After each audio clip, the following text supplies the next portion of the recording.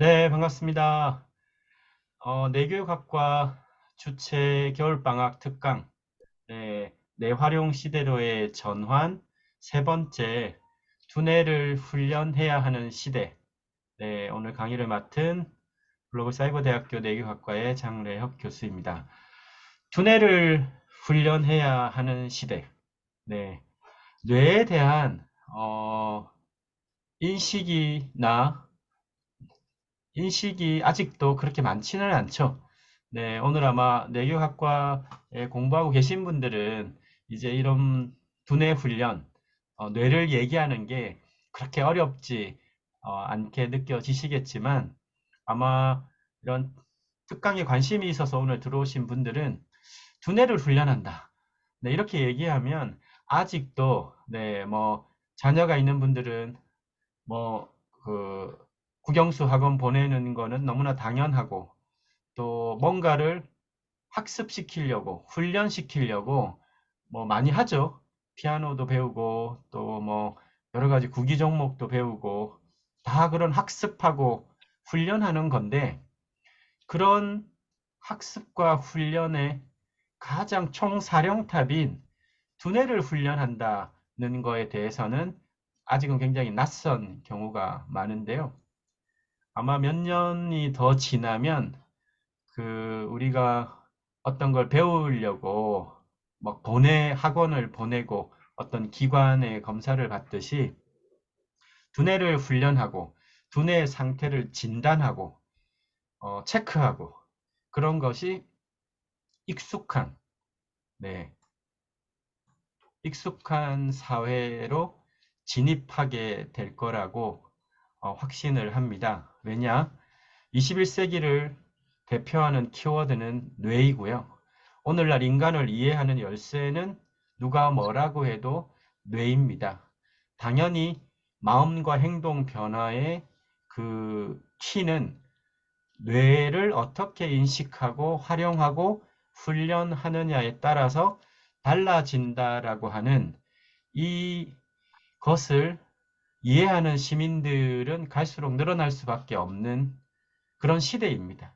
그래서 오늘 두뇌를 훈련해야 하는 시대, 이 강의를 통해서 시대 변화의 이런 패러다임 시프트라고 하는 패러다임 전환기의 그 지점을 조금 느껴보는 시간이었으면 합니다. 내교학과에 이미 다니는 분들은 공부하고 계셨던 것을 좀 정리하는, 한번 짚어보는, 그리고 내교학과 이번에 입학하신 분들도 몇 분 계신 것 같은데요. 그런 분들은 앞으로 공부하게 될 내교계 학과 영역에 대해서 저는 이렇게 현재 글로벌사이버대학교 내교학과 학과장으로 있고요. 같은 학교 법인 안에 내교육의 석박사 종합대학원이 있습니다. 그리고 내교육의 영역에서는 한국이 굉장히 선점적 지위를 갖고 있기 때문에 유엔의 공식 NGO 기구에 가입된 그 기관인 국제내교협회가 한국, 일본, 미국에 법인을 두고 있는데요. 한국 기관입니다. 네, 그만큼 한국이 그런 자산을 갖고 있는 거고요.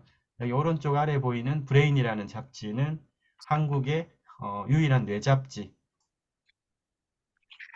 올해가 18년 정도. 이것도 굉장히 한국에서는 강점인 게요. 전 세계 선진국들에게는 대부분 저널입니다. 논문을 싣고 그것을 발표하고 공유하는 그 학자 그룹의 저널은 신경과학 분야에 굉장히 여러 저널이 있지만 이렇게 대중매체로 갖고 있는 것은 한국이 유일합니다. 네, 이 대중매체라는 것이 의미가 있다고 봐요. 왜냐? 뇌를 아직도 의학자들의 어떤 치료 대상이나 과학자들의 연구 대상으로 인식하는 것은 어쩌면 그들 전문가들의 리그죠. 하지만 뇌는 누구나 갖고 있고 누구나 변화를 추구하기 때문에 그것에 대한 원리와 방법은 모두가 알아야 되는 거 아니겠습니까? 그래서 한국은 그런 활용 면에서 보면 어떤 나라보다 선진국에 해당합니다. 그래서 오늘 이 전체 주제를 관통하는 주제는 인간은 어떻게 변화하느냐. 네, 내교학과에 들어와서 공부하는 분들의 니즈는 다 사실 굉장히 다릅니다. 내교학과가 글로벌 사이버 대학교 14개 학과 중에 가장 연령 스펙트럼이 넓습니다. 이번 입시 1차에도 17살도부터 78세, 77세까지 입학을 했는데요. 공통점은 있죠. 뇌에 대한 관심, 그리고 변화에 대한 능동적인 어떤 니즈. 그래서 이 질문이 오늘의 두뇌를 훈련해야 되는 시대의 가장 근본적인 질문이라고 봅니다. 인간은 도대체 어떻게 변화하느냐? 네, 이 질문을 가지고 저희가 공부하는 거 아니겠습니까? 지덕체냐, 체덕지냐. 뭐 교육의 영역에서 보면 이제 이렇죠. 그동안 배웠던 것은 지덕체의 서구 교육 모델을 기반으로 여기 아마 들어오신 분들도 그런 초중고 시절을 배웠다라고 기억을 하시죠. 인간은 어떻게 변화할까? 심리학에서 인간의 마음과 행동 변화를 탐구하는 건 20세기는 심리학이었죠. 그 이전에는 인간의 의식, 무의식에 대한 깊은 탐구와 이런 것들은 어떤 종교의 영역에서 했었고요. 그 이후에 이제 인간의 심리를 파고드는 프로이트 칼 융부터 시작된 인간의 무의식의 영역. 그것이 의식에 어떤 영향을 미칠까? 그래서 이 1900년대에 들어서면서 20세기 말에 이 스펜서 앤 스펜서 모델이라는 이 역량이라고 하는 컴피턴시 이 역량이라고 하는 거에서 가장 유명한 학자이죠. 이 스펜서 앤 스펜서 모델 중에 이걸 아이스버그 빙하 모델이라고 하는데요. 말 그대로 빙하입니다. 빙하의 위쪽 이것은 눈에 보이는 영역. 그래서 크게 두 가지를 얘기합니다. 기술과 지식. 기술이나 지식은 교육과 훈련으로 높일 수 있다고 본 거죠. 그래서 저희가 그동안 학습하고 했던 많은 영역을 보면 그렇게 훈련한 거 아닙니까? 기술을 습득하고 지식을 습득하고 그래서 남보다 뛰어난 어떤 능력을 갖게끔 한 거죠. 자, 그런데 빙하는 그 아래쪽이 훨씬 더 크지 않습니까? 그런데 이 빙하의 아래쪽에 있는 것들은 훈련으로 개발되기 어렵다고 봤습니다. 빙하의 아래쪽에 있는 것들은 뭐 셀프 이미지, 자기의 상, 애티튜드. 저 친구 참 태도가 좋구나. 우리가 이렇게 얘기할 때 그 태도라는 것은 어떤 능력의 측면이라기보다 그 이전에 갖고 있던 그런 것들이 막 축적이 되면서 어느 순간 무의식적인 상태로 드러나는 그 행위죠. 우리가 태도가 좋다 이런 표현을 쓸 때, 그러면 이것이 과연 능력으로 개발될 수 있는 건가? 가치관에 대한 거, 특성, 어떤 한 사람이 갖고 있는 내재적인 특성, 어떤 내적인 동기, 이런 것들은 어, 교육과 훈련 영역에서 개발되기 거의 불가능하다. 이렇게 평가를 했습니다. 네. 그래서 그러면 이걸 어떻게 해야 되는 걸까? 네, 이런 고민들 속에서 있어 왔는데요. 가장 최신의 흐름들을 조금 짚어보면서 시대가 어떻게 변화하고 있는지를 좀 알아보겠습니다. 지금 보시는 그 기사는 작년 11월, 2023년 11월이죠. 그 브레인 잡지에 이제 제가 편집장 인터뷰를 했던 사람인데 서울대학교 사범대 학장님이십니다. 오른쪽에 있는 책은 이 학장님께서 책 저서인데요. 몸교과서. 근데 타이틀을 보면 뇌과학이 밝혀낸 새로운 인간관의 기반의 교육 패러다임을 바꿔야 한다. 대한민국의 뭐 가장 똑똑한 친구들이 들어가는 게 서울대학교 아닙니까? 사범대 학생들에게 뭔가 새로운 전환의 어떤 흐름을 만들어내고 있는데요. 그 포인트가 뇌에 대한 공부예요. 이분이 이제 우리나라 최초로 학습과학연구소, 학습과학이라는 거 들어보셨습니까? 러닝 사이언스. 내교육의 그 융합시대 내교 입문 첫 전공 필수 교과에 이 흐름이 잠깐 나왔죠. 90년대에 들어서 이제 뇌과학의 시대가 본격화되면서 이제 뇌과학에 기반한 건강교육 뭐 여러 가지 영역별로 이제 융합 학문들이 막 일어나기 시작하는데요. 그 학습과학이라는 것도 2000년대 초반에 이 뇌과학과 학습과의 상호 융합의 학문 분야입니다. 그냥 한 20여 년 된 거죠. 말 그대로 학습의 메커니즘을 연구하는 영역이에요. 우리가 학습, 교육이라고 하면 크게 두 축을 얘기합니다. 티칭, 가르치는 거. 그 다음에 러닝, 학습하는 거. 이 티칭과 러닝이 교육의 핵심 두 축인데 20세기에 우리가 해왔던 건 티칭 아닙니까? 한 명의 교사가 몇십 명의 학생들에게 말 그대로 지식을 가르치는 걸 해왔죠. 그런데 러닝에는 특히 크게 신경을 안 썼어요. 전달은 열심히 했는데 그것을 알아먹고 자신의 것으로 체득화하는 것은 학생의 몫이었죠. 네, 그것을 잘 알아먹는 친구들이 네, 뭐 리더가 됐죠. 좋은 대학을 갔죠. 그런데 이제는 이 학습과학, 이제 티칭이 아니라 러닝의 시대로 넘어갔다 이렇게 얘기를 하고 있는데요. 왜냐? 정보가 너무 범람하는 정보화 사회로 가니까 지식의 전달보다 이제는 러닝이 중요한 시대가 됐다. 어떻게 학습하느냐? 학습의 메커니즘이 궁금한 거예요. 근데 이 학습의 메커니즘이라는 건 결국은 인간의 뇌의 학습 메커니즘이겠죠. 그래서 이 학습과학연구소를 국내 최초로 이제 세운 건데요. 그 중심에 뇌가 있다는 거야. 이제는 학습이라는 거가 일어나는 메커니즘의 그 열쇠, 그 바탕이 몸도 아니고 마음도 아니고 뇌인데 오른쪽에 책을 보면 특이하게도 몸 교과서라는 걸 냈어요. 네. 중요한 건 뇌인데 왜 몸을 여기 다시 이렇게 얘기를 했을까요? 네, 이거를 이해하는 것이 오늘 중요한 포인트입니다. 자, 이번 인터뷰 중에 아마 내교육 그 교과목 공부하신 분들은 굉장히 익숙하실 내용인데요. 수백 년 동안 내려온 근대 교육 시스템이 데카르트, 나는 생각한다고로 존재한다. 데카르트가 제시한 정신과 신체가 분리되어 있다는 심신이원론, 네, 그리고 정신이 신체를 통제하는 이성적 인간관, 우리가 배웠던 지덕체 교육 모델이 바로 이거에서 출발한 거예요. 데카르트, 16세기에 서양 근대 철학의 아버지라고 불렸던 사람이죠.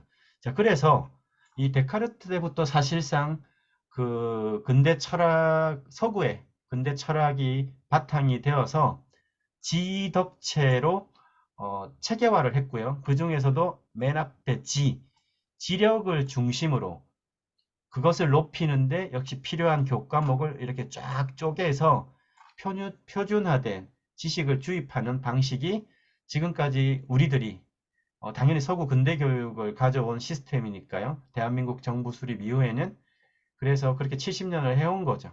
국영수부터 해가지고 뭐 쫙 쪼갰죠. 물리, 화학, 수학 이렇게.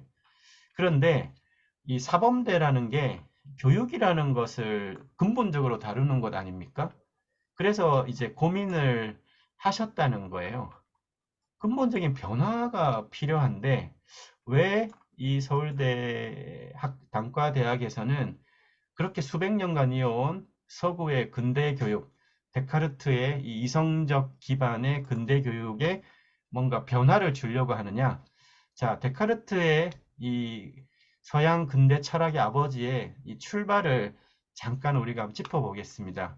사상 철학 공부를 하려는 건 아니고요. 네, 서양 근대 철학의 출발점이 되었기 때문에 우리가 이것을 이해해야 새로운 교육 패러다임의 전환, 두뇌까지 갈 수가 있습니다. 나는 생각한다, 고로 존재한다. 생각이 먼저죠. 마음이 먼저고요. 존재, 뭔가 눈에 보이는 육체 이런 것은 그 다음 문제입니다. 자, 실제로 이 데카르트는 우리의 마음은 우리 몸과 별개이며 기능적으로도 독립되어 있다라고 봤어요. 그리고 이게 중요한데요. 몸의 감각이라는 것은 몸과 마음이 분리되어 있다고 봤는데 몸의 감각이라는 것이 그릇된 정보를 전달해 어디로? 마음으로 전달해서 오도할 수 있다. 뭔가 이렇게 잘못, 네, 에러를 일으킬 수 있으니까 지식을 얻고 사고하는 과정. 이게 이제 데카르트가 그 지속적으로 외쳤던 이성적 사유 체계죠. 네, 오직 중요한 건 이성이다. 지식을 얻고 사고하는 과정에서 몸의 역할을 제한해야 된다. 그래서 여기에서 심신이원론, 서구의 모든 교육과 어떤 의학과 뭐 이런 체계, 제도의 근간의 이 베이스 프레임을 제공했던 심신이원론, 몸과 마음은 분리되어 있다. 서구에서 명상이라는 역사를 찾아보기 힘들죠. 그렇지 않습니까? 2000년대 들어서 서구 의학계에서는 명상을 비로소 받아들이기 시작합니다. 논문들은 70년대부터 나오긴 했으나 과학적으로 의학계에서도 나왔거든요. 하지만 명상을 공식적으로 과학계, 의학계에서 온전히 인식하고 받아들인 것은 90년대 거의 끝 2000년대 들어서입니다. 왜 그랬을까? 우리가 이걸 조금 들여다봐야 되는 거죠. 서구에는 명상이란 게 없겠구나. 왜? 심신이원론이니까. 마음의 어떤 트레이닝이, 멘탈 트레이닝이 어떻게 눈에 보이는 피지컬 트레이닝에 영향을 줄 수 있겠습니까? 몸과 마음이 별개라고 얘기했는데. 자, 우리나라는 그럼 한번 볼까요? 400년 전에 데카르트의 그런 심신이원론에서 출발한 지덕체의 서구 교육 모델, 우리는 그것을 수입해서 그동안 해온 거예요. 자, 벌써 재작년이네요. 재작년 말에 그 팬데믹이 끝나고 처음으로 교장단 1000명이 자리를 같이 했습니다. 이때 이제 내교육 특강 요청이 와서 제가 이제 이 주제로 이렇게 했는데요. 주제를 제가 이렇게 정했어요. 지덕체냐 체덕지냐. 인간 뇌의 특별함의 이해가 필요한 시대이다. 아이들을 가르치려면, 교사라면 이제는 뇌에 대한 이해 없이 어떤 것을 학습하면, 훈련하면 안 되는 시대라는 걸 좀 알려드리려고 했는데요. 지덕체냐 체덕지냐 이렇게 해서 손을 많이 들어보시라고 했어요. 뭐 당연히 지덕체 수십 년 교육 현장에 있었던 분들인데 대부분 채덕지에 손을 드셨어요. 아시는 거죠. 임상적으로. 네, 뭔가 지덕체 교육 모델에 한계가 있다는 걸. 그리고 지덕체, 채덕지에 대한 걸 피부로 느끼는 게 더욱더 어린아이들입니다. 그렇지 않습니까? 한참 발달할 시기니까요. 그래서 여기 이제 어린이집 총연합회, 굉장히 큰 단체인데요. 여기서 이제 이런 질문을 했어요. 몸이 먼저입니까? 뇌가 먼저입니까? 우리나라 유아 교육은 개정을 2020년인가 해가지고요. 전 세계 OECD 흐름에 맞게 놀이 중심, 유아 중심 교육으로 그 방향 설정을 새롭게 했습니다. 유아들의 두뇌 발달에서 가장 핵심은 놀이 중심이어야 된다. 그래서 제가 이런 질문을 했어요. 몸이 먼저입니까? 뇌가 먼저입니까? 또 유아 교육에 요즘에 뇌가 중요하다는 게 많이 퍼져 있어요. 네, 부모들도 교사들도.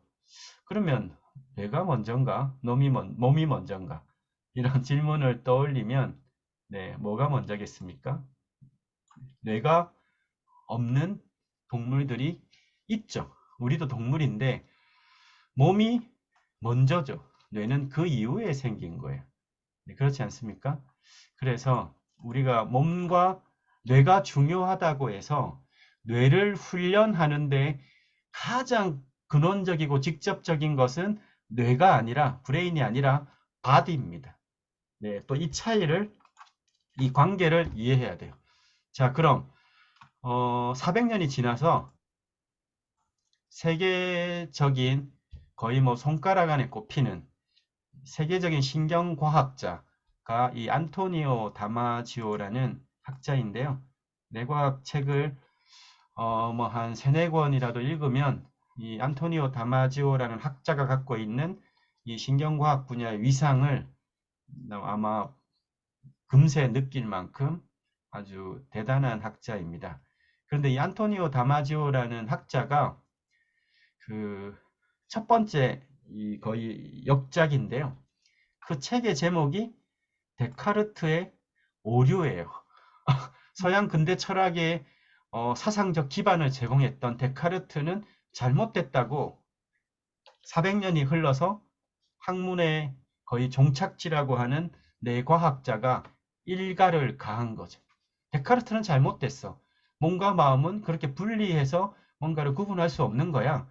우리가 얘기하는 어떤 느낌, 정서 이런 것들이 천상의 영역, 몸과 마음이 분리된 영역이 아니야. 어디서 오느냐? 몸에서 올라오는 거야. 네, 이렇게 얘기를 했습니다.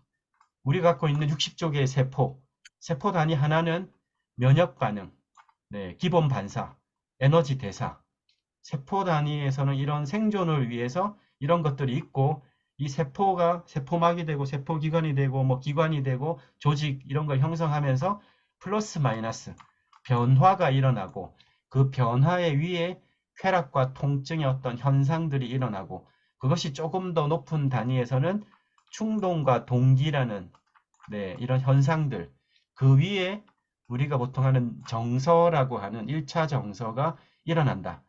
근데 요 영역까지는 자동 항상성 시스템. 항상성이라는 게 뭐죠?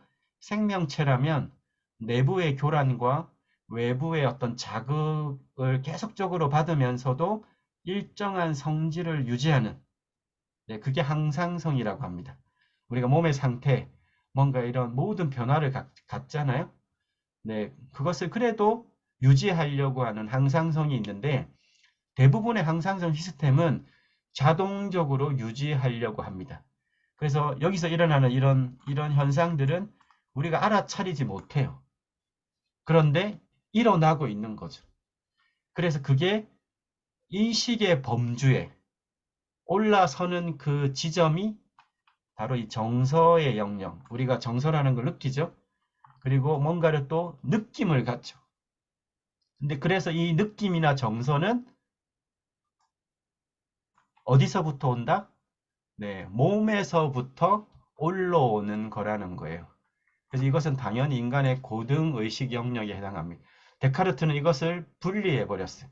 분리만 했다는 것에 더 나아가서 이성적 사유에 그릇된 정보를 줄 수 있다. 그리고 그런 몸의 감각을 제한해야 된다고까지 얘기했어요. 네, 뭔가 잘못됐죠. 우리가 어떤 것을 느낀다, 어떤 것을 알아차린다, 내가 어떠한 우울한 상태다, 어떤 기쁜 상태다, 어떤 슬픈 상태다, 이런 것들은 갑작스럽게 몸과 마음의 분리된 형태에서 오는 것이 아니라 몸의 시스템에서 올라오는 그 감각이다. 영상을 한번 볼까요?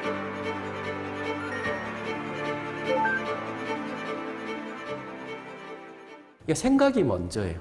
마음은 고귀하고 몸은 조금 뒤처져 있고 오늘날 이 서양 근대 철학의 기조고 그게 오늘 서양의 교육의 지덕체 교육으로 이어진 거였거든요. 그런데 인간의 근본 변화는 어떻게 일어나는가에 대한 질문에 오늘날 인류과학이 밝혀낸 사실상의 정의는 몸과 마음은 떨어질 수 없는 관계이고 마음의 변화가 오히려 몸의 변화에서 직접적 영향을 받는다라는 사실이에요.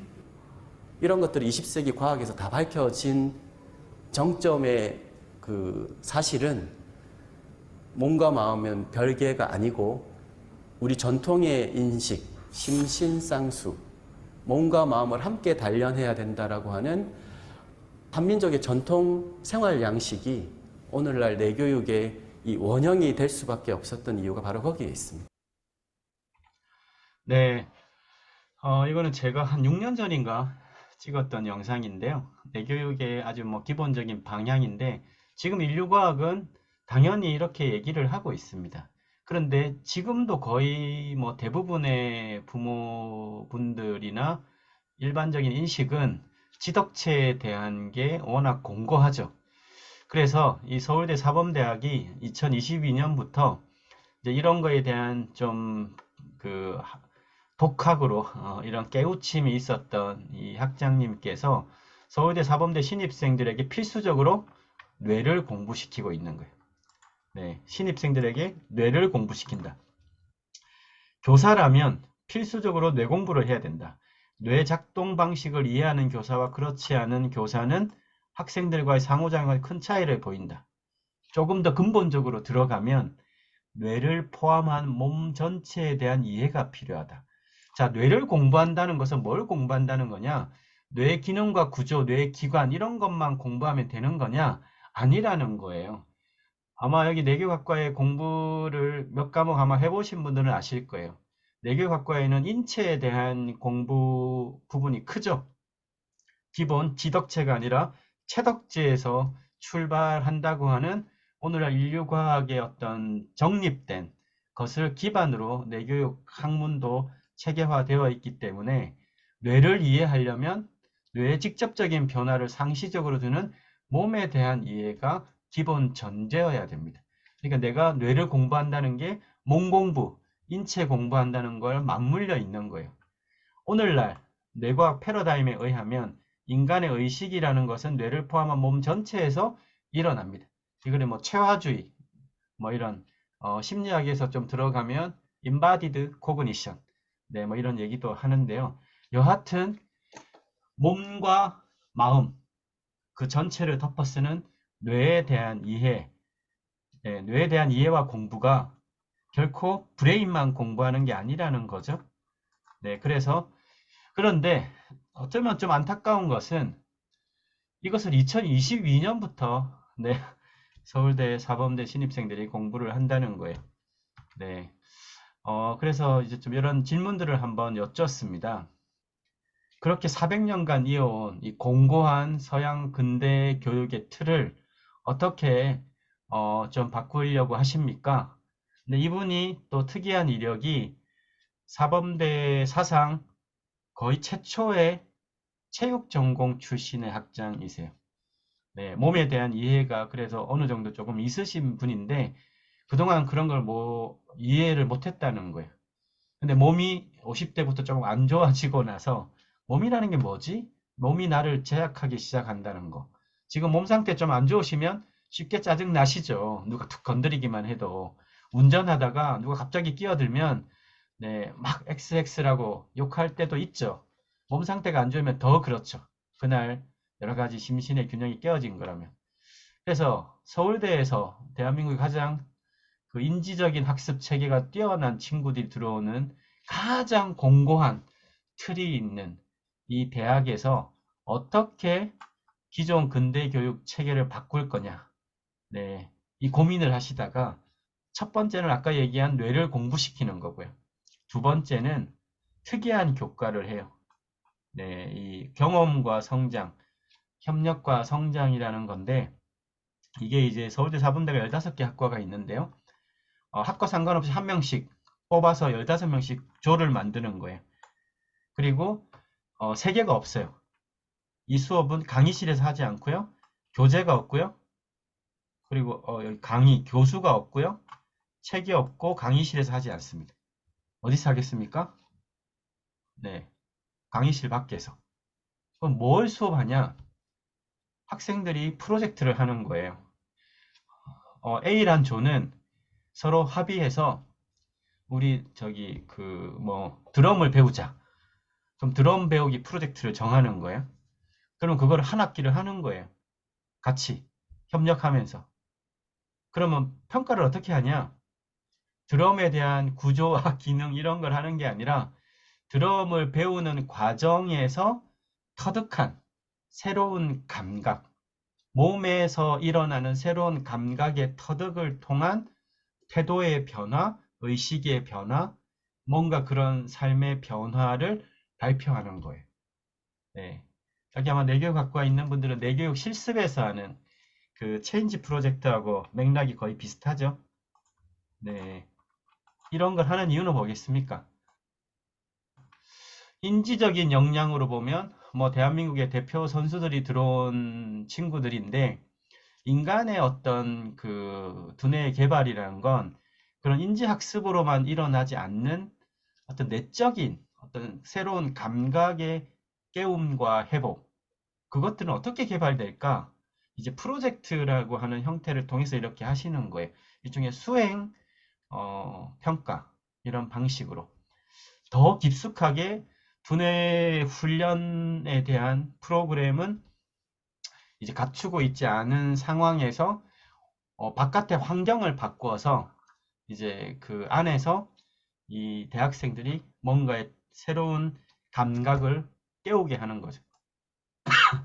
네, 그래서 머리로 아는 것과 행동하는 것은 별개다. 행동이란 게 사실 몸이 반응하는 건데, 이제 이 서울대 사범대 어떤 교육 혁신이라고 하면 체험에 기반한 교육, 이런 것들을 해보려고 하는 겁니다. 여기에서 이제 어떤 게 느껴지십니까? 자, 이제 몸과 마음에 대한 이 학장님께서 낸 책이 몸 교과서라고 했어요. 자, 우리가 그럼 이 몸과 마음에 대한 관계에 대한 이해가 조금 더 있어야 좀 더 근본적인 두뇌 트레이닝을 할 수 있습니다. 이분은 글로벌 사이버 대학교 당시에 최고령 입학자 74세에 입학하신 분인데요. 3대 딸과 손녀딸이 같이 입학했는데 지금은 저희 내교학과에도 78세 분이 있으세요. 입학하신 분이. 그러니까 당시에는 한 7, 8년 전에는 이분이 이제 가장 최고령자였었어요. 자, 근데 이분이 74세 입학을 해서 78세에 졸업을 하셨죠. 그리고 강사 자격을 따서 80세에 첫 데뷔를 했어요. 어떤 데뷔? 강사 데뷔. 멋지죠?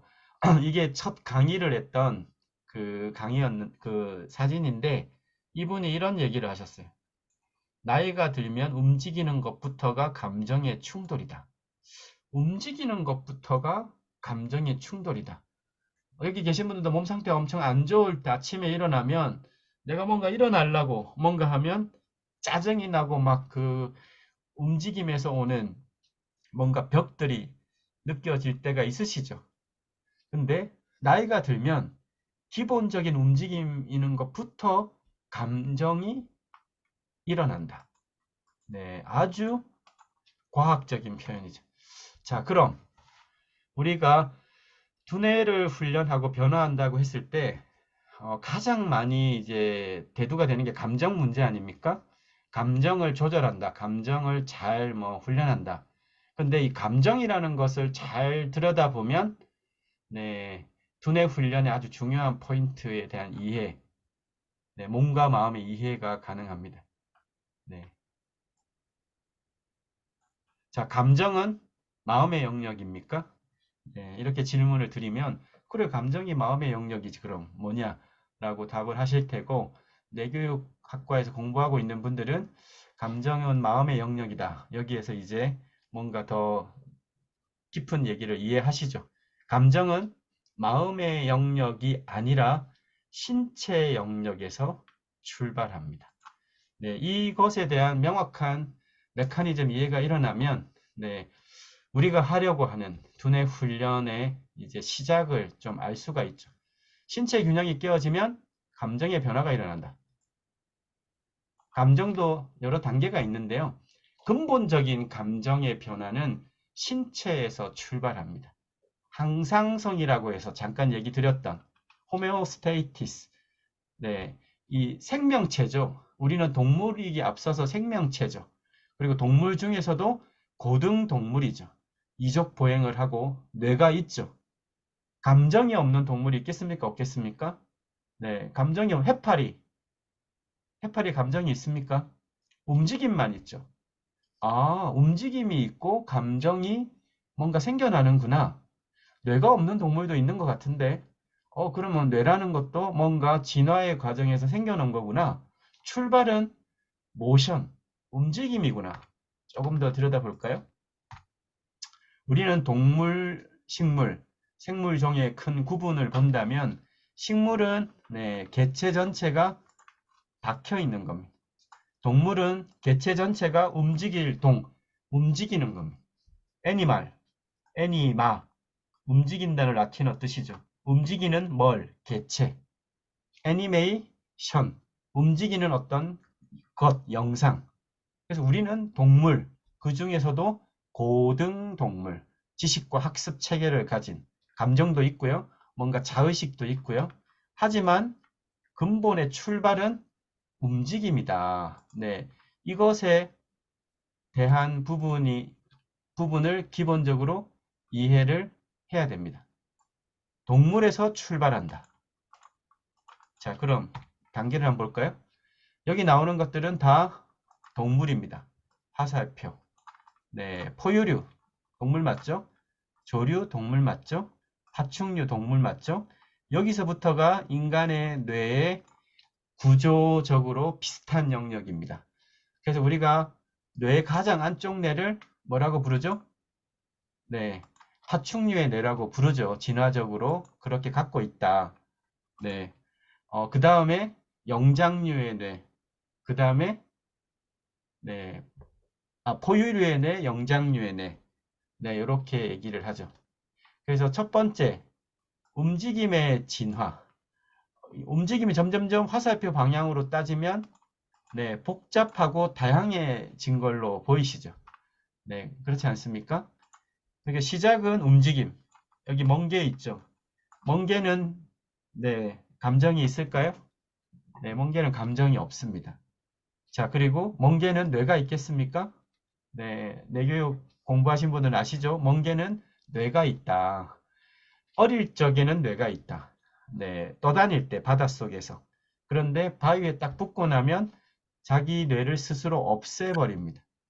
네, 과학적 연구에서 멍게가 스스로 뇌를 없애버린 이유는 아주 중요한 포인트예요. 왜 없애겠습니까? 네, 더 이상 움직일 필요가 없으니까. 뇌는 왜 생긴 걸까? 움직임이 점점점 다양해지고 복잡해집니다. 파충류. 우리 아기들 신생아 때 이렇게 뒤뚱뒤뚱 움직이죠. 기죠. 파충류의 뇌는 자기 몸 전체를 조절할 수 있습니다. 포유류급이 되면 사지를 막 쓰죠. 우리 아기들이 6개월, 7개월 되면 네, 이렇게 사지를 막 조절해서 기죠. 그래서 7개월, 8개월 되면 두 발로 섰다가 막 훈련을 하죠. 그래서 사지의 말단을 조절합니다. 네, 영장류의 움직임의 진화와 파충류의 움직임과는 또 차이가 있습니다. 몸 전체를 움직이냐, 사지를 움직이냐, 사지의 말단을 조절하냐. 자, 그런데 이 과정에서 모션은 점점점 다양해지고 복잡해진다는 거예요. 그거를 처리하기 위해서 뭔가 중추적인 뭔가 기능이 필요한 거예요. 전달 속도도 엄청나게 빨라야 되고, 그래서 신경이 생기고, 신경 그물이 생기고, 신경절이 생기고, 곤충에서 신경계가 생기고, 우리는 뭐죠?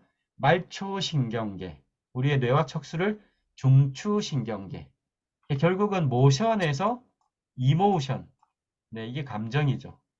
감정이 출현한다. 움직임에서. 그리고 인간에 가면 언어. 누구보다도 인간의 핵심 중에 하나는 언어 중추를 별도로 갖고 있는 겁니다. 그래서 우리가 바꿔 얘기하면 언어를 갖고 있다는 것. 언어의 발달은 인간의 두뇌 발달이 굉장히 중요한 부분이에요.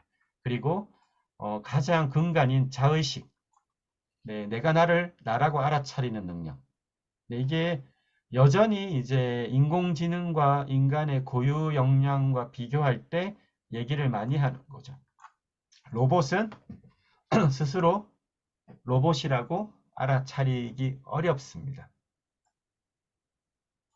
근데 어느 순간 로봇이 스스로 내가 로봇이라는 걸 알아차리면 우리 신생아들도 처음 태어나서 거울에 비친 얘가 나라는 걸 모르죠. 강아지, 고양이가 거울을 보고 거울에 비친 얘가 나라는 걸 알겠습니까? 100년 전의 호랑이가 네, 지금 호랑이와 어떤 차이가 있습니까? 네, 큰 차이가 없죠. 강아지가 3년 전에 내가 어떤 강아지였을까를 3년 전에 나를 떠올릴 수가 없습니다. 3년 후에 어떤 모습으로 상상하기 어렵죠. 그래서 상당수의 대부분의 동물들은 과거의 성찰, 과거의 시간, 미래의 시간이 아니라 현재의 시간을 살아간다. 이렇게 얘기를 많이 하죠. 당연히 자의식이라는 것에 있고 없음을 얘기하기보다는 굉장히 좁다. 이렇게 얘기하는 게 조금 더 맞겠죠. 자의식이 없다? 이렇게 얘기하는 건 조금 더 안 맞는 것 같아요. 자, 그러면 인간은 이 움직임의 진화, 감정의 출현, 그리고 이제 인지학습의 발달, 언어와 자의식을 가진 고등동물이에요. 자, 이런 고등동물은 단계를 거치더라. 그래서 인간의 두뇌 발달의 특성을 이해하면 어떻게 두뇌를 훈련해야 되는지를 알 수 있지 않겠습니까? 그런데 이런 인간의 두뇌 발달의 특성을 모르고 어떤 양육을 하고 학습을 하고 또 성인기에 어떤 발달 체계를 갖는 교육 환경을 제공한다는 게 지금 시대의 앞뒤가 맞지 않죠. 적합한 연령별 두뇌 발달의 체계를 제공해야 되는 거 아니겠습니까? 예를 들면 우리가 100층짜리 DNA 설계도를 갖고 태어난다고 가정을 하면요. 네. 그럼 어떻게 해야 되죠? 지금은 이렇게 해석을 할 수 있죠. 누구나 100층짜리 건물을 올릴 수 있어요. 네. 그러면 태교를 하고 아이가 이제 나오면 처음에는 1단계 신체 활동을 하게 되죠. 처음에는 파충류처럼 막 몸 전체만 움직이다가 포유류처럼 조금만 지나면 사지를 쓰고 이제 영장류 단계로 발달하면 이제 그 손가락, 발가락도 다 움직일 수 있어요. 이게 이제 자기 몸을 다 컨트롤하는 한 2, 3년이 걸리겠죠. 그래서 한 2, 3세가 되면 자기 몸을 충분히 컨트롤하는 이제 신체 발달이 일어납니다. 그 과정에서 거울에 비친 얘가 나라는 걸 알아차리는 자의식이 생겨나겠죠. 자의식이 생겨날 때 변화가 있습니다. 네, 나와 남의 구분이 가능하고요. 그러면 태도가 바뀌겠죠. 네, 나를 좋아해 주는 사람, 나를 싫어하는 사람, 뭔가 이렇게 알 수 있죠. 상호 교류가 일어나는 이 과정에서 두 번째 발달, 정서 발달이 일어나겠죠. 그러면 상대적으로 정서가 풍요롭게 발달하려면 상호작용의 대상이 많아야겠죠. 고도 성장기를 이룬 한국에서 네, 대가족이 핵가족으로 줄고 형제가 줄고 부모가 맞벌이를 하고 디지털 환경이 높아지면 상대적으로 정서 발달은 네, 위축이 된다. 이렇게 예측할 수 있죠. 아, 고도 성장기에 있는 국가들의 정서 발달은 위축될 위험성이 크겠구나. 그리고 세 번째, 이제 세계 최고의 학습 국가, 인지학습 체계가 지나치게 많아진 나라가 바로 코리아입니다. 기본적으로는 이게 균형적으로 발달을 해야죠. 이렇게 하는 게 6세입니다. 6세면 성인 뇌를 1.4kg 정도로 본다면 그 중에 약 90%에 해당하는 뇌는 6세면 다 커집니다. 너무나 중요한 거죠. 그래서 우리가 이 시기를 두뇌의 결정적 시기라고 보통을 얘기해서 이제 영유아 기의 교육이죠. 근데 이 영유아 기의 교육의 핵심은 특히 유아 교육의 핵심은 놀이 중심이라고 OECD 국가들에게 거의 가이드라인을 제시해 놨습니다. 놀이 중심이어야 된다. 왜냐? 이 기간의 6세의 발달은 학습 기반이 아니라 신체 움직임을 기반으로 일어나는 다 두뇌 발달과 훈련 과정이라는 거예요. 신체, 움직임의 아주 조절, 그리고 움직임을 기반으로 주고받는 이 모션, 정서의 발달, 그것을 기반으로 하는 또 어떤 규칙과 그런 거에 상호작용을 하는 인지학습. 여기서 얘기하는 인지학습은 우리가 뭔가 이게 책을 보고 막 배우는 인지학습 체계가 베이스가 아니라는 거예요. 그런데 우리가 뭔가를 거꾸로 잘못하고 있다고 느낌이 오시죠? 네, 여기서 뭔가가 균형이 안 맞거나 1단계가 충분하지 않는 2단계를 하거나 2단계가 충분하지 않는 3단계를 하거나 우리가 이렇게 많이 하고 있죠. 왜냐? 신체 활동을 너무나 적게 하니까요. 우리가 농경사회에 비교하면 지금 신체 활동이 엄청 적죠. 정서는 당연히 위축이 되겠죠. 위축될 위험성이 크죠. 뭐 3세만 돼도 뭐 저기 스마트폰 가지고 막 이렇게 하지 않습니까? 네, 최근에 뉴스 보니까 뉴욕시가 세계 최초로 14세 이하에서 SNS 금지를 하는 그거를 발표를 했더라고요. 그런 걸 왜 하겠습니까? 네, 인간의 두뇌 발달 특성을 이제 이해하려고 하는 세계적인 움직임이 있는 거죠. 이렇게 갖고 6세가 됩니다. 그럼 일단 100층을 끌어올렸어요. 네, 6세가 되면 일단 100층 건물의 골격은 끌어올린 겁니다. 그러면 나머지 12세까지는 뭘 하냐? 이제 100층을 채우는 거죠.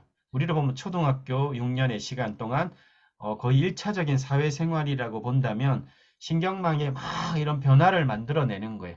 100층은 짓고 나서 이제 안에 막 인테리어 공사도 하고 층마다 뭐 엘리베이터도 좀 다니게 하고 이런 것들을 12세까지 쫙 끌어올리는 겁니다. 그래서 12세가 되면 인간의 거의 대부분의 성인 뇌 기능을 갖춘다. 이렇게 표현을 해요. 그런데 빠진 게 있어요. 빠진 게 뭐냐? 네.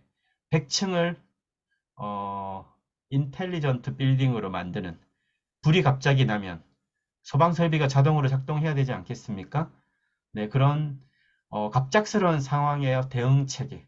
그리고 체계적으로 어떤 걸 배우는 게 아니라 뭔가 좀 큰 미션, 어떤 새로운 상황에서는 1층과 8층과 뭐 33층의 기능을 모아서 TFT를 구성해서 뭔가 태스크를 수행해야 되는 그런 기능들이 막 많이 일어나겠죠. 상황들이.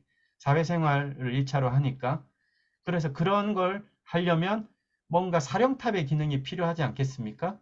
그래서 그게 바로 전전두엽의 뇌에서 봐도 총사령탑.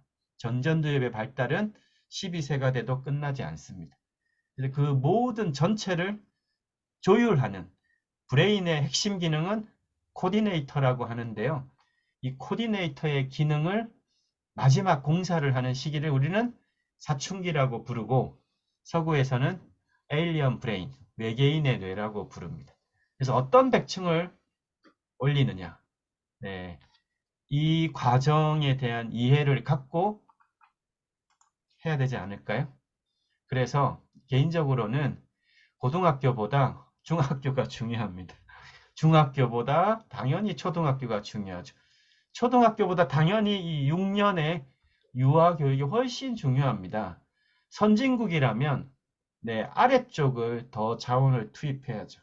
근데 우리는 뭔가 거꾸로 가는 거 아닙니까? 네, 거꾸로 가고 있죠. 그래서 지금은 왜 두뇌를 훈련해야 되는 시대냐? 인간 두뇌 발달 원리에 대한 명확한 이해 없는 교육이나 훈련은 지양해야 되는 시대. 위험하다. 채덕지 기반으로 해야죠. 특히나 성인기 발달 과정에서는 신체 관리 능력을 높이고 두 번째, 몸과 마음의 상호작용을 체험적인 방식으로 해서 이 정서의 기제를 끌어올리고 그 이후에 자신의 조절력이 높아지는 겁니다. 네, 이 순서가 너무나 중요하다. 왜 우리는 근데 이 지덕체의 서구 근대 교육을 그대로 답습을 하면서 그렇게 마치 학습이 모든 인간의 두뇌 능력을 담보하듯이 그렇게 해왔냐? 학습적인 것은 영역 중에 하나예요.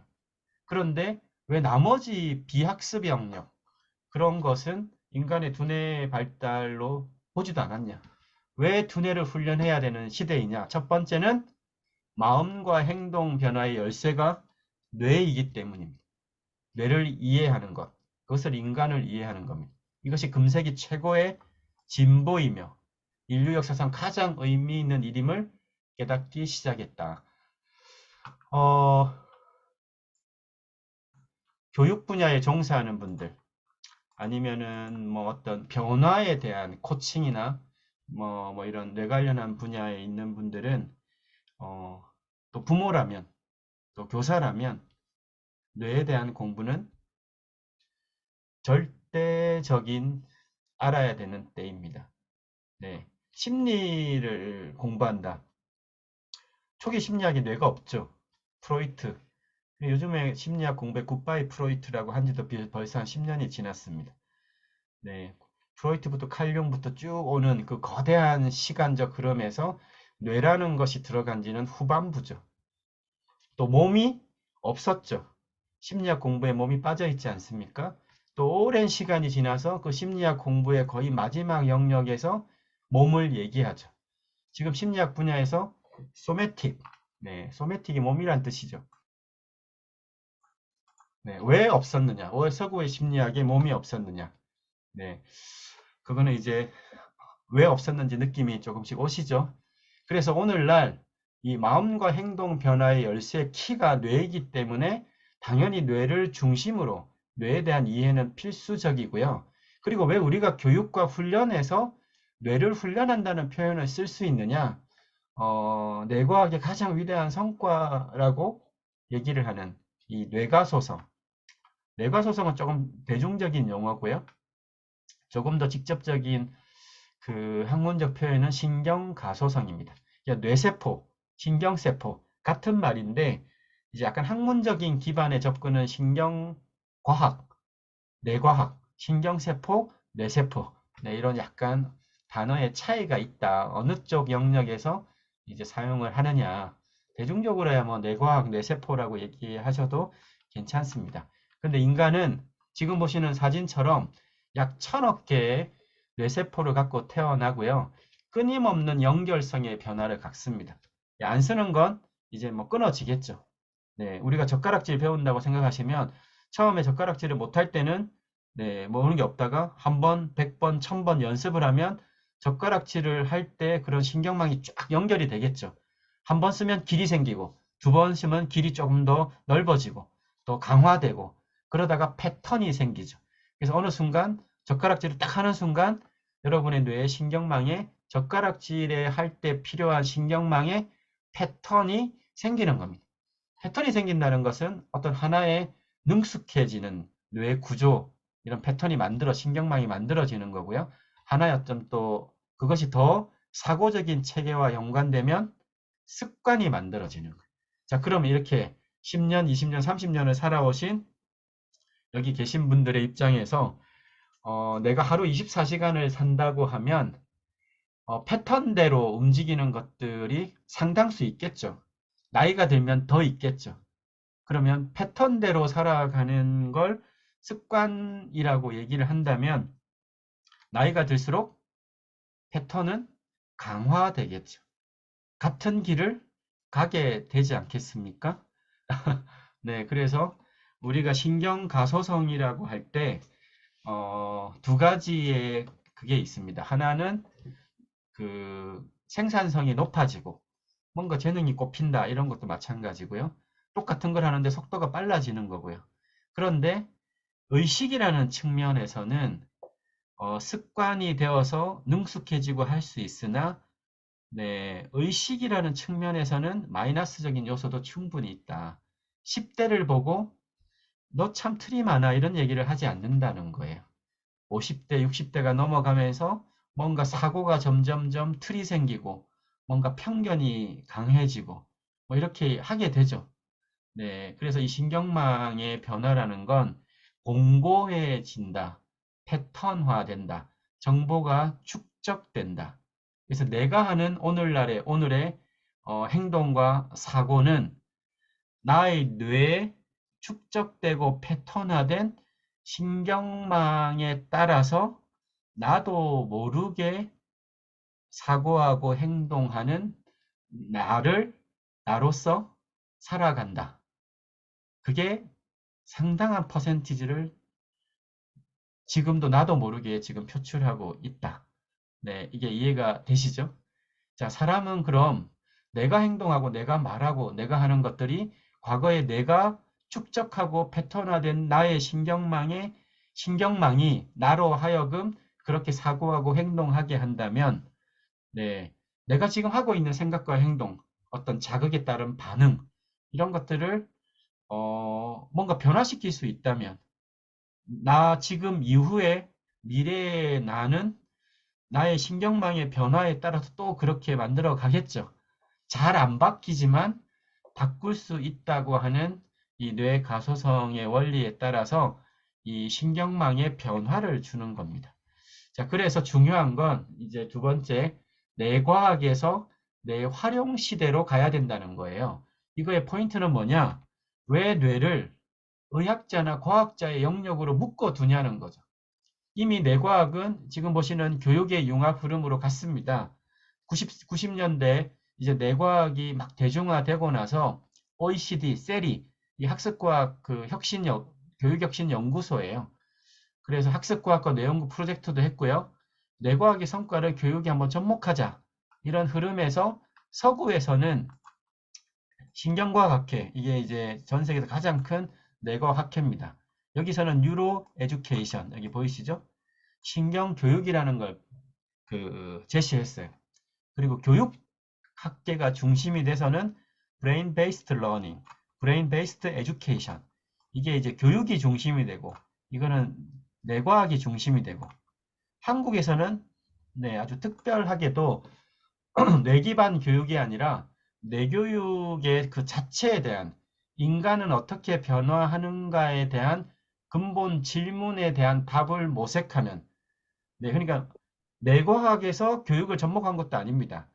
교육에서 또 뇌과학의 성과를 접목한 게 아니에요. 그러니까 융합적인 차원에서 한 게 아니라 인간은 어떻게 변화하는가에 대한 근본 질문에 교육의 본래 목적이죠. 잠재성을 개발하고 가치를 향상시키는 그 답을 뇌에서 찾고자 하는 그 근본적인 흐름은 한국에서 오히려 시작이 됐습니다. 이런 융합 쪽은 뭐 당연히 서구가 먼저 했겠죠. MIT가 의대 밖으로 뇌를 끌고 나온 게 1986년이에요. 네, 1986년. 20년이 지나서 한국은 의대 밖으로 처음 나온 게 카이스트, 바이오 뇌공학과입니다. 네, 이렇게 해왔고요. 우리나라는 시간이 조금 흘러서 교사들의 연수에서 임용고시를 합격한 교사 연수에 이렇게 들어간 지가 2014년, 지금부터 10년 전입니다. 여기서 이 뇌 이해를 통한 청소년 교육, 이게 접니다. 네, 제가 한국영어연구원에 있을 때 이 서울중앙교육연수원에서 첫 번째 뇌연수를 했다고 하는데 뭐 늦었지만 한국에서도 이제 교사들은 뇌에 대한 연수들이 많아졌습니다. 그리고 대학들이 의대 밖으로 이제 뇌를 갖고 나오기 시작한 거죠. 2007년 학부로서는 뇌공학과, 바이오 뇌공학과 카이스트가 처음이고요.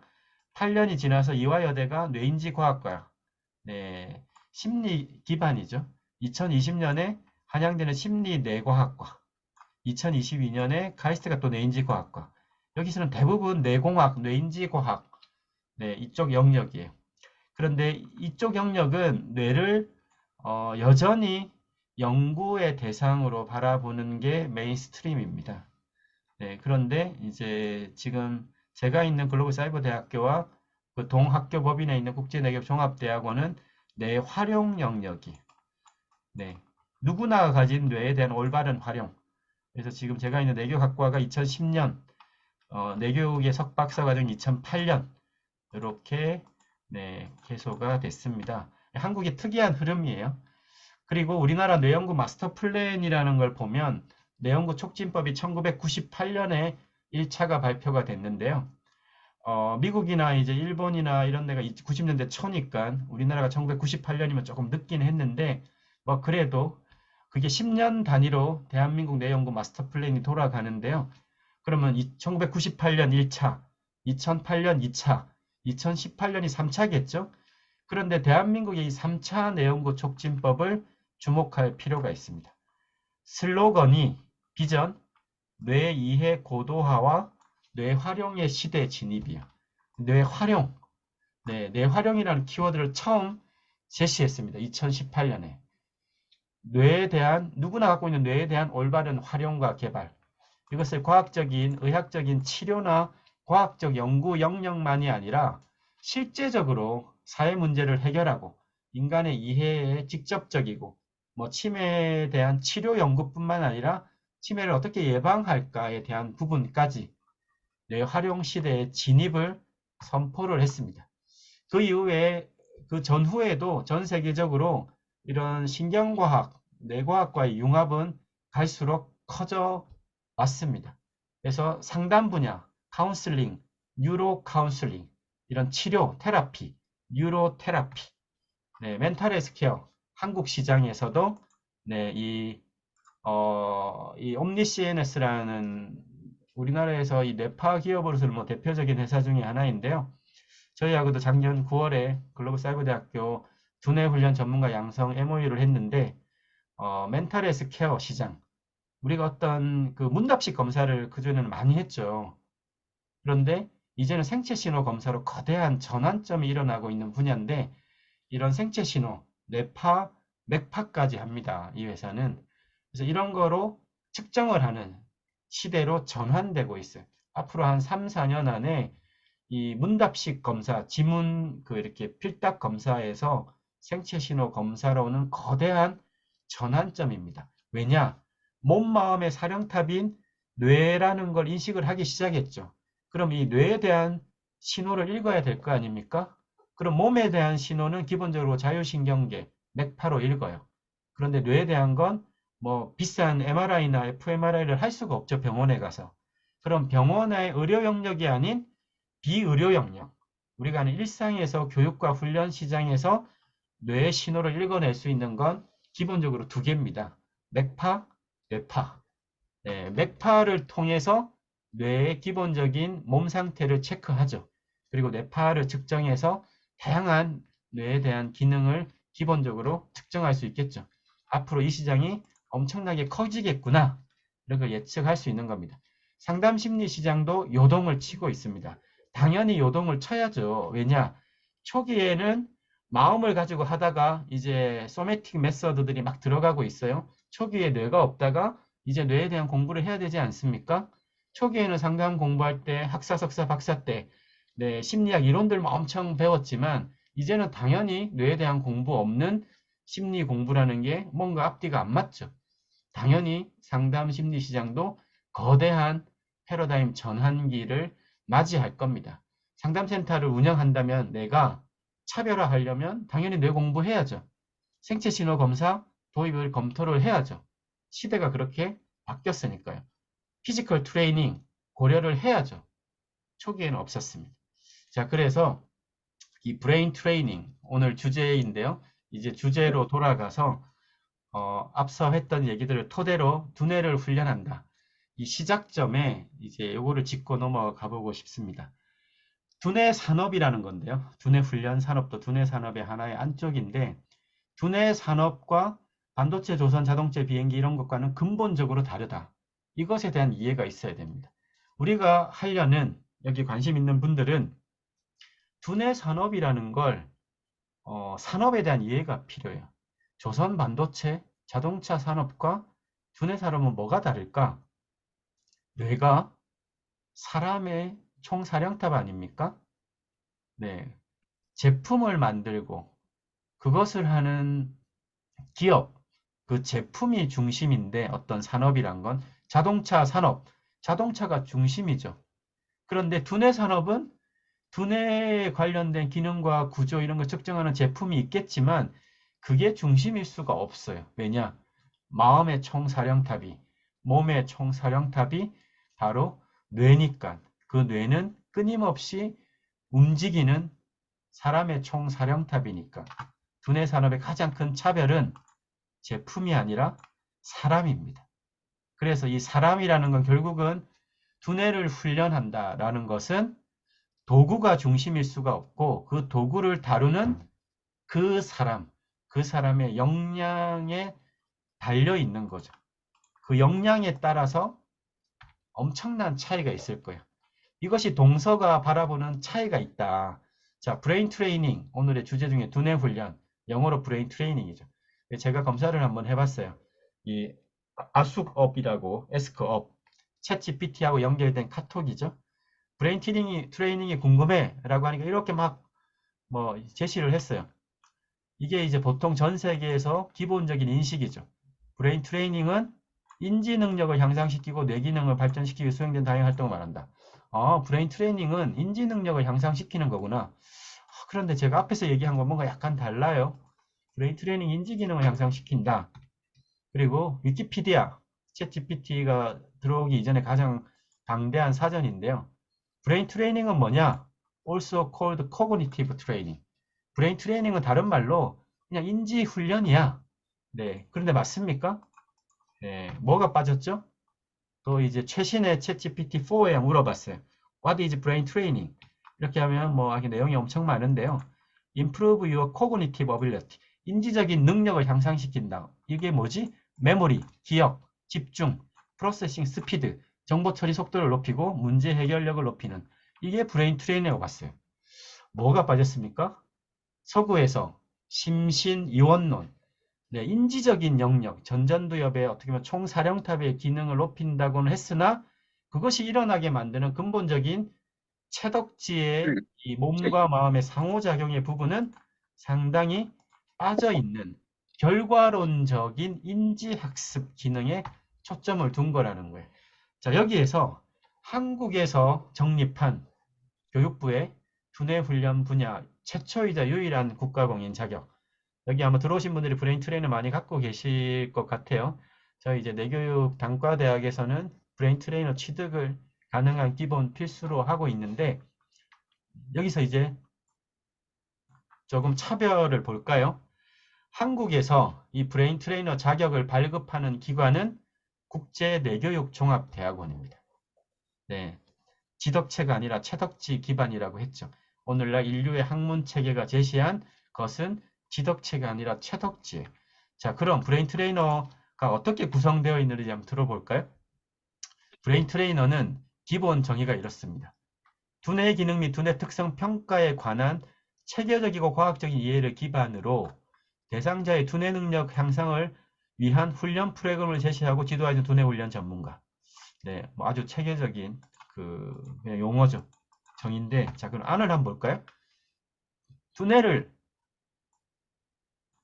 훈련한다는 건 뭐냐?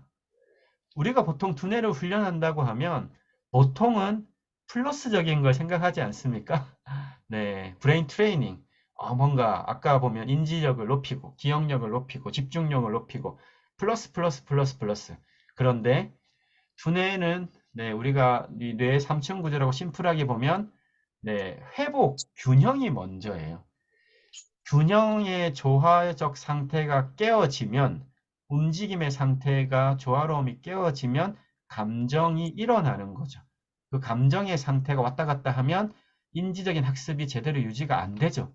그래서 한국에서 정립된, 즉 내교육 대학원에서 정립한 브레인 트레이너는 플러스가 먼저가 아니라 균형 회복이 먼저예요. 여기에서부터 향상이 일어나는 건 넥스트 스텝이다. 근데 이것을 대부분 오해하고 있습니다. 브레인 트레이닝이란 게 그래서 뭔가 뇌를 발달시킨다. 두뇌 발달의 시작은 균형의 회복입니다. 나의 회복에 누군가를 트레이닝한다. 내가 트레이닝이 먼저 돼야죠. 브레인 트레이너에서 가장 강조하는 게 뭐냐? 나를 트레이닝 할 수 있어야 됩니다. 그 역량이 있고 없음이 차이를만. 이거는 어떤 지식적인 높낮이로 하는 게 아니죠. 그것은 필요한 지식, 제반 지식을 갖추는 거지. 내가 내 몸의 상태를 조절하고 내 감정을 조절하고 이런 게 안 되는데 상대에 대한 조절이 있을 수가 없죠. 자, 그럼 두 번째. 왜 두뇌 훈련이냐? 모든 게 두뇌에 대한 기능이라고 얘기하죠. 모든 게 총사령탑이야. 그런데 왜 굳이 그러면 두뇌를 훈련해야 되냐?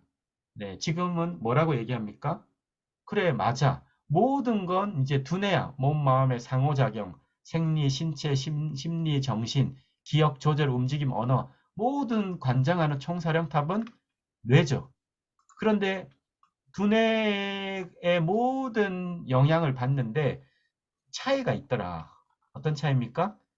의도를 갖고, 목표를 두고, 적합한 두뇌 기제를 활용했을 때 그 두뇌의 상태와 변화가 차이가 일어난다는 거예요.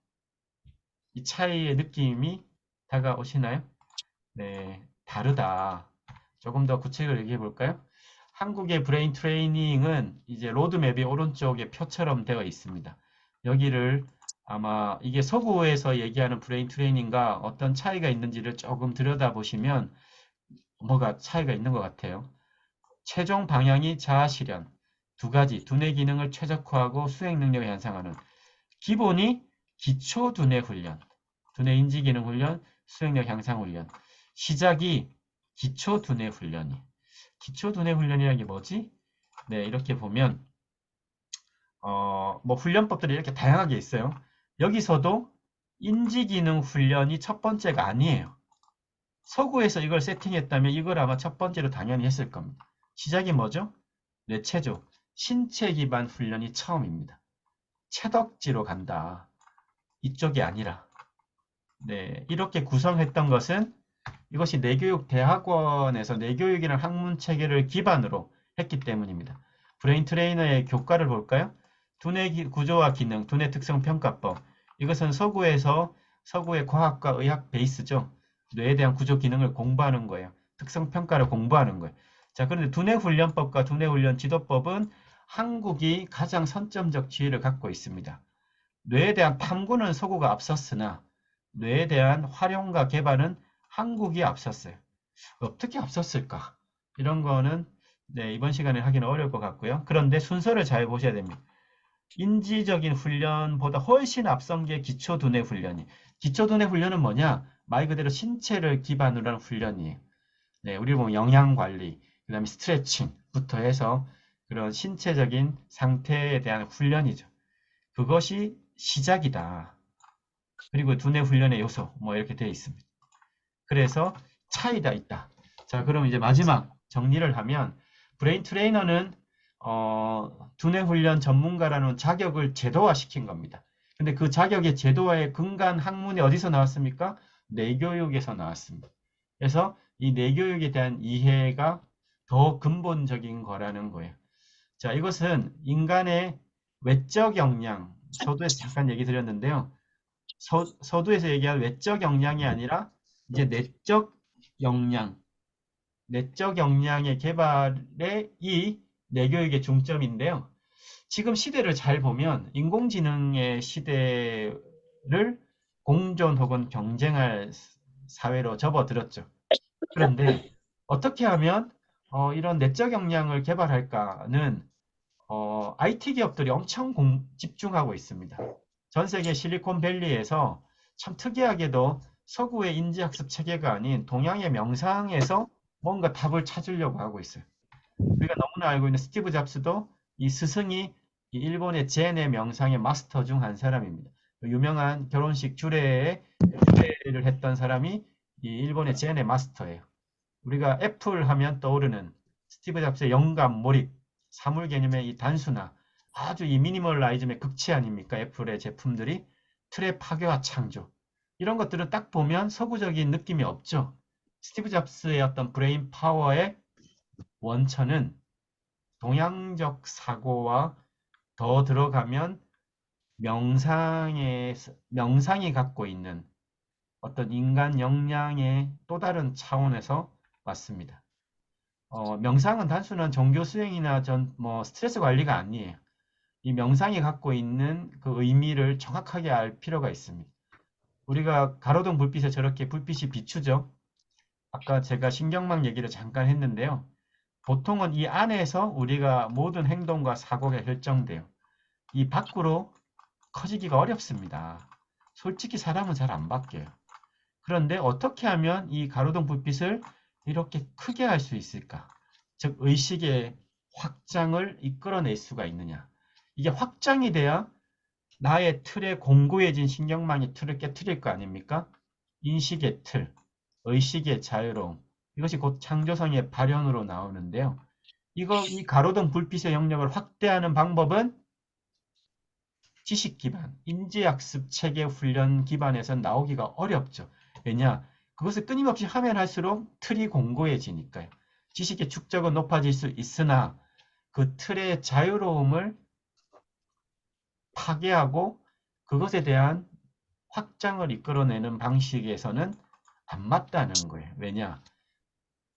몸과 마음의 분리에서는 일어날 수가 없는 거죠.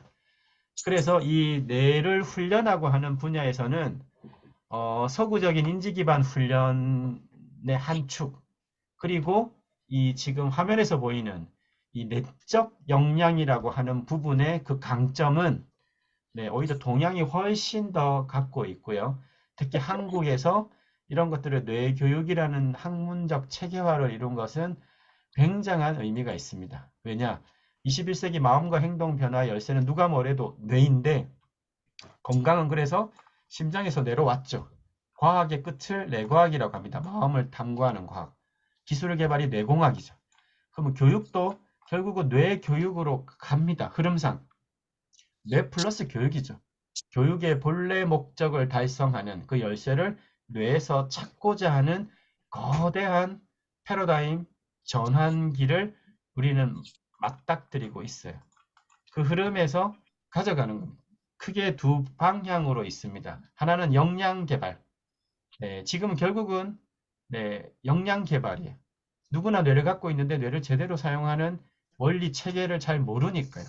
이것을 체계적인 영역에서 역량 개발을 이끌어내는 것. 두 번째는 지금 시대가 인공지능과 공존 경쟁할 인류의 첫 세대이기 때문에 인공지능은 활용하고 인간의 고유 기제는 회복하고 개발해야 되는 이 자연지능의 이 영역을 누가 선도해 갈 거냐의 측면이 시대 변화에 있습니다. 그래서 좀 정리를 하면 뇌교육 관점에서는 시작을 뇌를 바라보는 인식을 바꿔야 된다. 이게 아마 그 뇌교육학과에 공부한 분들은 융합시대 뇌교 입문의 가장 목적 과목이에요. 뇌를 바라보는 인식을 바꾸자. 생물학적 대상이 아니라 활용과 변화의 대상으로 바꾸는 것. 그리고 뇌를 바라보는 그 바디의 차원도 확장시키자. 정신이 아니라 몸과 마음을 연결하는 에너지에 대한 아주 독특한 개념이죠. 이것 역시 동양적 사고입니다. 피지컬 바디, 에너지 바디, 스피리추얼 바디. 네, 그리고 뇌교육의 다양한 훈련 프로그램들은 이 뇌운영 시스템, 보스라는 걸로 체계화를 두고 이제 개발이 되어 있습니다. 뭐 이걸 뭐 전체적으로 다 설명을 드릴 수는 없고요. 하나 얘는 맨발 걷기가 요즘에 엄청 유행인데요. 맨발 걷기를 하는 사람을 보면 신발을 걷고 할 때와 맨발로 걸을 때 똑같이 걸어요. 그럼 뭔 차이가 있겠습니까? 물론 맨발 걸으면 기본적으로 좋긴 하겠으나 어떻게 걷느냐가 중요하죠. 느끼면서 걷는지, 그냥 걷는지. 겨울 맨발 걷기도 마찬가지예요. 네, 겨울 맨발 걷기는 대부분 뭐 저기 그 몸이 안 좋다, 안 좋아질 수 있다, 뭐 갑자기 냉기가 들어올 수 있다 이렇게 해서 잘 안 하는데요. 어싱이 아닙니다. 맨발 걷기는 서구적 관점에서 보면 어싱이에요. 접지 효과예요. 근데 그렇게 보는 것은 지극히 서구적 관점입니다. 맨발 걷기 어싱은 일부일 수는 있으나 효과는 맨발 걷기의 본질은 뇌의 감각을 깨우고 개발하는 거예요. 그리고 누가 걷느냐에 대한 그 주인이 누구냐이죠. 내가 찬물 샤워를 하는 거하고 옆에서 찬물을 끼얹는 거하고 차이가 있겠습니까? 없겠습니까? 요즘에 그런 연구들도 많죠. 네, 내가 사우나에 가서 찬물에 들어갈 때는 내가 그렇게 결정하는 순간 뇌는 그렇게 상태를 만들어냅니다. 근데 누가 옆에서 찬물을 끼얹으면 네, 진짜 감기 걸릴 수도 있죠. 내가 선택해서 걸을 때는 뇌는 이미 그런 반응 체계를 만들어냅니다. 겨울 맨발 걷기도 네, 어느 순간 엄청난 그 열기가 일어날 때가 있죠. 해보신 분은 아마 이 의미를 아실 겁니다. 그래서 뇌교육 그 영역에서는 인간의 어떤 진화적인 차원에서 이제 이런 단계를 두뇌 발달 기제를 공부를 하게 되고요. 그리고 이 원형적인 인간의 어떤 건강 메커니즘, 그다음에 의식의 성장 메커니즘을 한민족 고대의 이런 선도라고 하는 우리 전통의 그 수행 원리에서 그 원형적 자산을 찾고자 하고 있습니다. 이것은 이제 굉장한 강점이죠. 그래서 정리하면 뇌교육은 이제 철학 원리 방법을 갖는다라고 하는 측면에서 철학은 방향성을 의미하죠. 철학이 없는 교육은 교육이 아니죠. 컴퓨터 교육, 엄밀하게는 아니죠. 컴퓨터 기반 교육이라는 게 맞는데요. 철학이 없으니까요. 철학은 방향성. 그럼 뇌교육의 철학은 평화적인 뇌를 만드는 방향성을 갖는다라고 하고요. 원리란 건 어디에 적용해도 다 적용이 돼야 됩니다. 뭐 개발도상국에는 적용이 안 되고 선진국에만 적용이 된다. 그런 건 원리가 아니죠. 그렇게 교육이 들어간다는 건 앞뒤가 안 맞는 거죠. 그런데 이 뇌교육에서는 두뇌에 대한 발달 원리를 기본으로 하기 때문에 차이가 없다. 네, 메서드는 채덕지에 기반해서 마인드 바디 트레이닝, 몸, 마음, 임파워먼트, 역량을 높이는 체험적 교육 방법을 갖는다. 그래서 기본적으로는 피지컬 바디를 기반으로 일어나는 훈련들이 아주 메인스트림입니다. 왜냐? 인간은 움직임에서 출발했으니까요.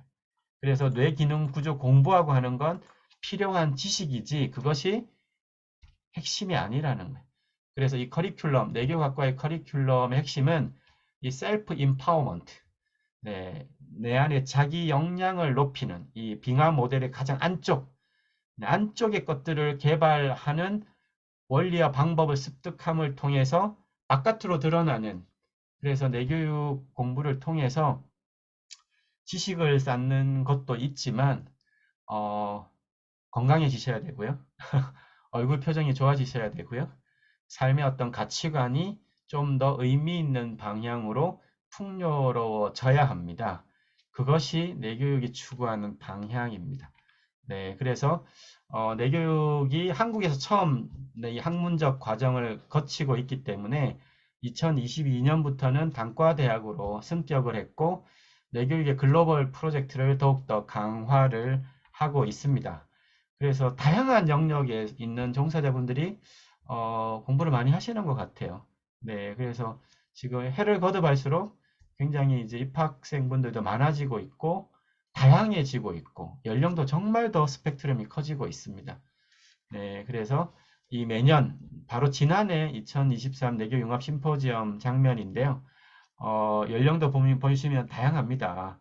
또 뇌파 쪽 계시는 분들, 또 유아 쪽 하시는 분들, 또 이 청년들도 있고요. 또 이런 중장년 분들 중에 이렇게 하시는 모델도 있고요. 또 뇌파 쪽 바로 뉴로 피드백 하시는 분도 있고요. 이게 뇌교육의 영역입니다. 유아 두뇌 발달, 아동 청소년 두뇌 훈련, 성인 역량 개발, 중장년 치매 예방 훈련. 이런 영역에 모두 걸쳐 있다. 네, 오늘의 강의는 여기까지고요.